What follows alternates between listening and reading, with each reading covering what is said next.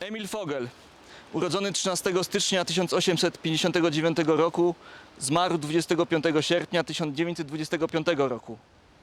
Meta Vogel, urodzona 4 września 1867 roku, zmarła 11 października 1931 roku. Nie jesteśmy na cmentarzu. Nie jest też to miejsce po dawnym cmentarzu, ale znajduje się tu bardzo wiele płyt z nagrobków sprzed 1945 roku. Znajdujemy się na Mochoborze Małym. Tuż za mną są tory kolejowe i stacja Muchobór Mały. Obok są nowoczesne bloki, hotele, biurowce. Tymczasem tutaj w tym rachitycznym lasku na wielkiej hałdzie znajduje się kilkadziesiąt, może więcej płyt nagrobnych po-niemieckich. Osoby, które są wymienione na tych nagrobkach, nie są anonimowe, jak mogłoby się wydawać. Są to osoby, których dane czy informacje o tych osobach można do dzisiaj znaleźć, nawet nie wychodząc z domu. Na podstawie dosyć krótkiej kwerendy, jaką zrobiliśmy, internetowej kwerendy właściwie, na podstawie archiwów, które są zdigitalizowane, można znaleźć historię, mniej lub bardziej szczegółowe dane na temat rodziny z nagrobka, chociażby tego, przed którym teraz stoję, rodziny Fogli. Z inskrypcji nagrobku możemy się dowiedzieć, że Emil Vogel był krajowym nadinspektorem. Z danych znalezionych w internecie możemy to doprecyzować i wyjaśnić, że był krajowym nadinspektorem ubezpieczeniowym. Trochę wyższym urzędnikiem w przedwojennym Breslau, urodzonym w Strzegomiu w 1859 roku. Z kolei Meta Vogel była żoną Emila, jak można się domyślać już z samego nagrobka. Natomiast Meta urodziła się we Wrocławiu i tak naprawdę przez nią znaleźliśmy pierwszy trop tej rodziny. Był to akt zgonu Mety Vogel.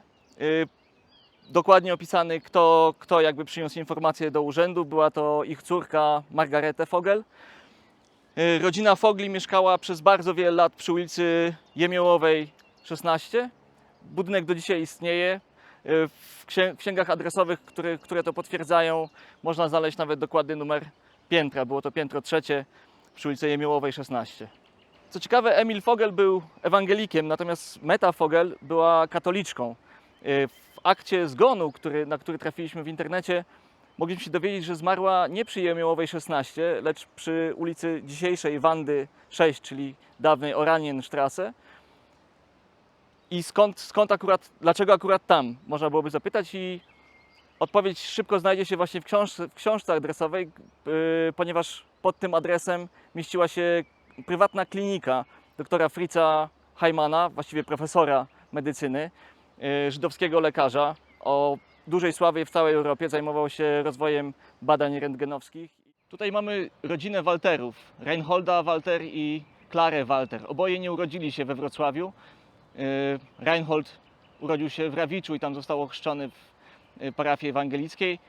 Natomiast Klara urodziła się w Dolnej Saksonii w mieście Posen. Walterowie mieszkali we Wrocławiu najpierw przy ulicy Lubuskiej, dawna Moritzstraße 10, natomiast później przeprowadzili się na ulicę Grabiszyńską 64. Wiadomo, że mieli przynajmniej 5 dzieci, 2 córki, Klarę, czyli drugą Klarę po mamie i Gretę, oraz 3 synów. 2 z nich, Georg i Fritz, zginęło w czasie II wojny światowej na froncie wschodnim na jednym z aktów zgonów wydanych przez wojsko. Można wyczytać, że Georg zginął około 70 km od Moskwy i pod miejscowością Istra został pochowany. Natomiast Fritz zginął z ręki snajpera również na froncie wschodnim. Tam w jego przypadku miejsce nie zostało określone. Wiadomo też, że syn trzeciego syna, czyli wnuk Reinholda i Klary, zginął w bitwie o Anglię jako pilot. Jesteśmy przy kolejnym nagrobku na naszej hałdzie, gdzie płyty granitowe mieszają się z plastikowymi butelkami i płytami CD. Tym razem jesteśmy przy nagrobku rodziny Anders. Co ciekawe, rodzina Anders, tak jak 2 poprzednie rodziny, Mieszkała przy ulicy Grabiszyńskiej, najpierw pod numerem 96, później pod numerem 101. Wiadomo, że do 1907 roku mieli dwójkę dzieci, chłopca i dziewczynkę. Nic więcej o dzieciach i ich losach nie wiadomo. Co ciekawe, na nagrobku mamy inskrypcje dotyczące pani Gertrud Anders z domu Wuttig z datą urodzin oraz datą śmierci. Data śmierci to 38 rok, 1938 rok. Poniżej mamy prawdopodobnie, wszystko co na to wskazuje, mamę pani Gertrud, panią Marii Wittig z domu Papo. Po lewej stronie od pani Gertrud mamy prawdopodobnie jej męża, tak można było się na początku spodziewać. I co ciekawe, jest oczywiście podany jego zawód fragmentarycznie, bo płyta jest złamana. Można tylko odczytać litery Tief oraz Führer. Jak się okazało, pan Gustav Anders był maszynistą lokomotywy. Również interesujący wydaje się fakt, że wyraźnie widać końcówkę daty urodzin Gustawa Andersa, natomiast nie ma wyrytej daty śmierci. Najprawdopodobniej, i na to wskazują również książki adresowe i książki podatkowe, że Gustav Anders przeżył swoją żonę, natomiast czy przeżył wojnę i co się z nim działo, nie wiadomo. Informacje, że o miejscu zamieszkania tych trzech rodzin, o których mówiłem, pokazały nam, że wszyscy mieszkali bardzo blisko siebie. To właściwie w promieniu jakichś 500 metrów można było wyznaczyć promień taki, w którym byśmy umieścili ludzi, którzy są wymienieni na tych nagrobkach.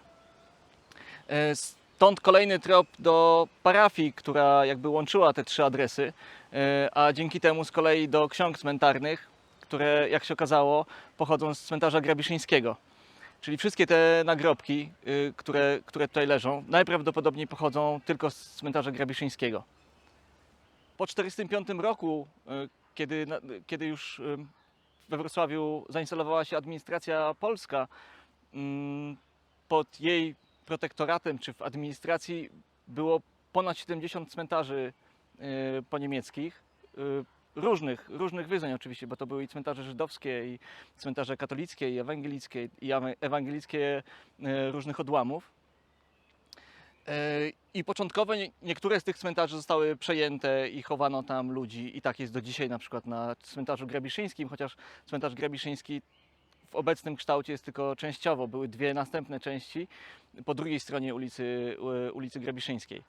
Niemniej w 1963 roku wiele z tych cmentarzy zostało zlikwidowanych.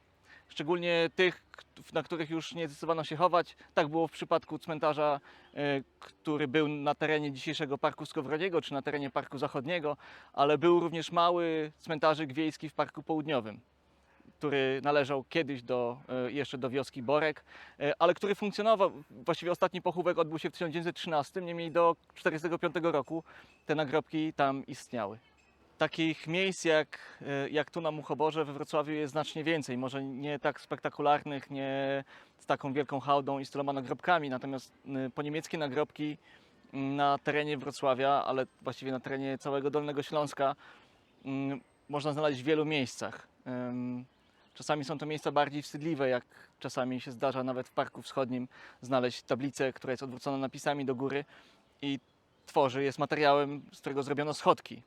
Czasami płyty znajdują się w murkach albo w płytach chodnikowych w bardzo wielu miejscach Wrocławia. Tu chcielibyśmy skierować nasz apel do wszystkich, którzy byliby w stanie wskazać podobne miejsca, czy pojedyncze nawet płyty. Chcemy stworzyć mapę takich miejsc. Chcielibyśmy taką mapę przedstawić różnym instytucjom, dzięki którym albo razem z którymi bylibyśmy w stanie zmienić stan rzeczy tych nagrobków, które teraz właściwie są zbełtanymi śmieciami.